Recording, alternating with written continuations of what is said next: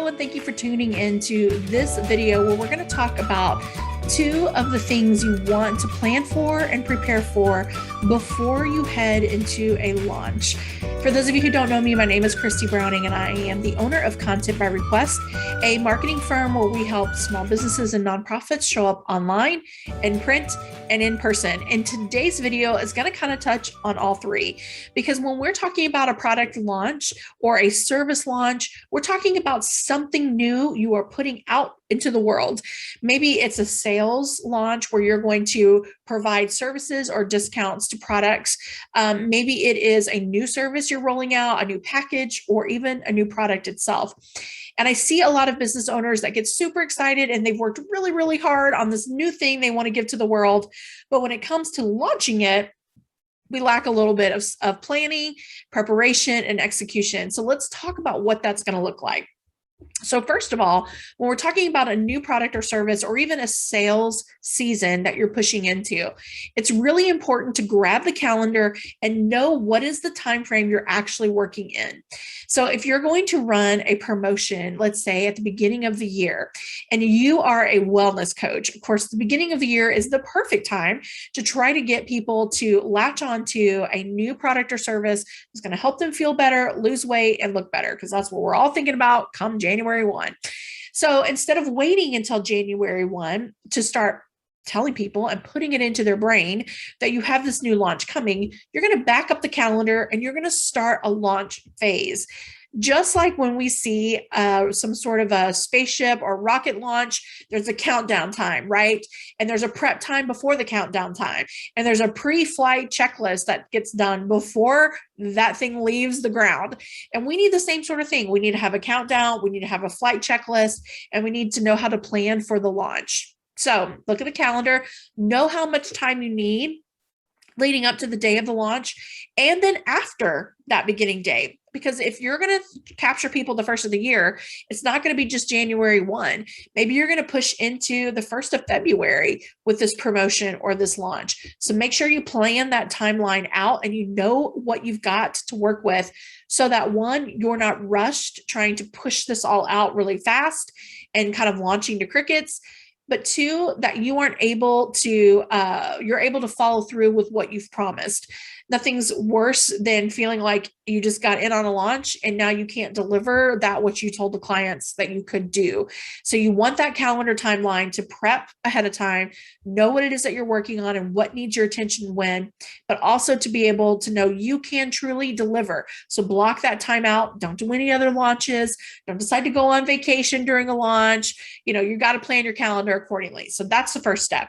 The second step is to decide, who are you trying to target in this launch? I see so many people create the product or service that they're wanting to launch. They throw it up on their website and they may even put it out on social media, and then that's the end of it. And then they're wondering why people didn't run to go get the thing they were launching or the thing they were promoting. Well, you got to know who it is you're really trying to reach. Who's the audience you're trying to talk to? Is it moms? Is it dads? Is it moms and dads? Is it older people, younger people, working people, going to school type of people? Like, who is it that you're trying to reach? And you're going to want to define your conversations to be for those specific people. When we launch our coaching program every year, we help cater our marketing and all of our conversation around women who are in business looking to scale to the next level. We're not talking to all women. We're not talking to just moms. We're not talking to younger women or older women. We're talking to business women. And this is going to look like a certain type of conversation rather than just talking to any old person. So it helps us fine tune those conversations so that we know who we're talking to, and so that the words that we're using and the verbiage we're using actually resonates with the audience we're trying to attract.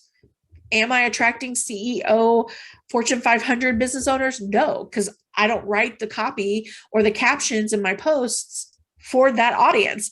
I'm writing them for audience members that are like me, that are small businesses. And so that looks a little different. Therefore, it attracts that audience.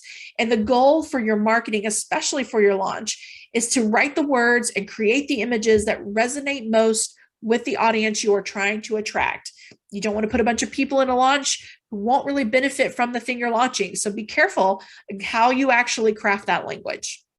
The third thing I want you to do is I want you to make a ramp up to the launch. This is like a teaser. So you see this a lot happen with music artists. Maybe they'll have a little snippet of their title track that starts popping up in commercials or showing up in background music for TV shows, like daytime TV shows, talk shows. Maybe they show up and they do one title track live, during a music segment. Maybe there is a radio interview, and it's just little pieces that they kind of trickle through and sprinkle throughout to get you excited for what is to come. They don't give away the whole album. They don't do all the songs, and they may not do all of one song. It's just enough to give you a sampling. And your ramp up to your launch can be kind of like that, as well as your launch. So you want to show people all the things they're going to get, like give them teasers to that. They don't have to actually see the thing. They don't actually have to get the books or see the website or jump on the actual group, but they know they get a group. They know they get a book. They know they get a website. Whatever it may be that you're offering as part of that package or that service, you're going to tell them what they get and give them a little sample so they get to try it out. And it's just going to want them to have more. They're going to want more of it. So think about who you're talking to and what kinds of things can you do as a pre-launch, a sampling of what you've got to offer as you get to that launch period. The other thing I want you to think about is what you want this launch to look like. Of course, we all want to make $1 million, right? But really, truly, what is it that you want the launch to be?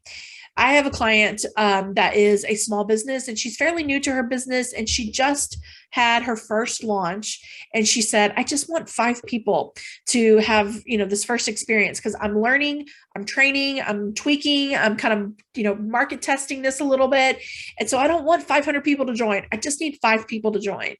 And now some of that may be a little bit of our own fear saying, okay, I really think I can only get 5 people.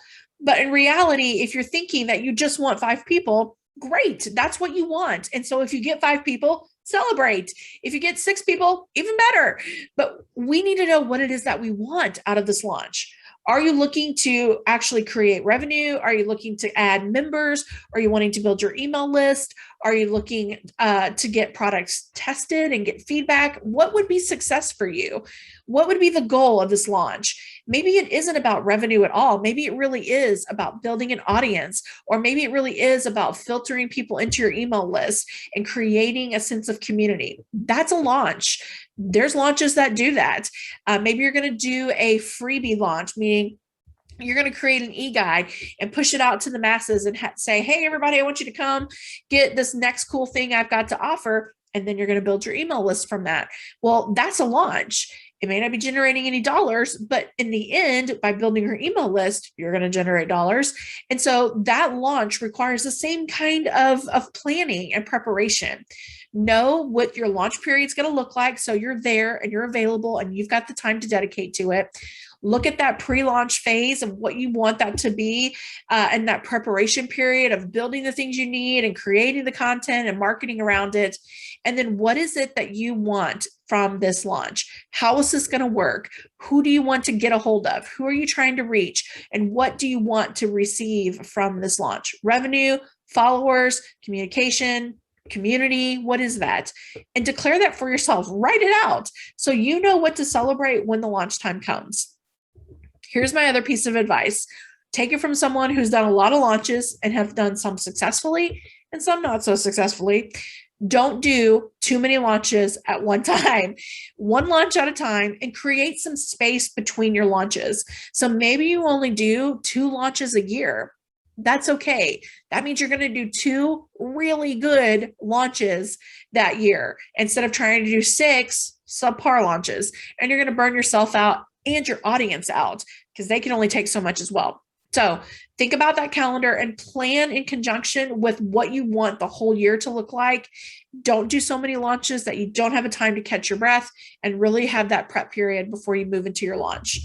If you want to talk more about launches, it's one of my favorite subjects. And I have learned a lot from some really fantastic experts in the area of launches. I would love to share some of those resources with you and have a conversation about launches. So feel free in the comments to ask your questions. I will be sure to respond.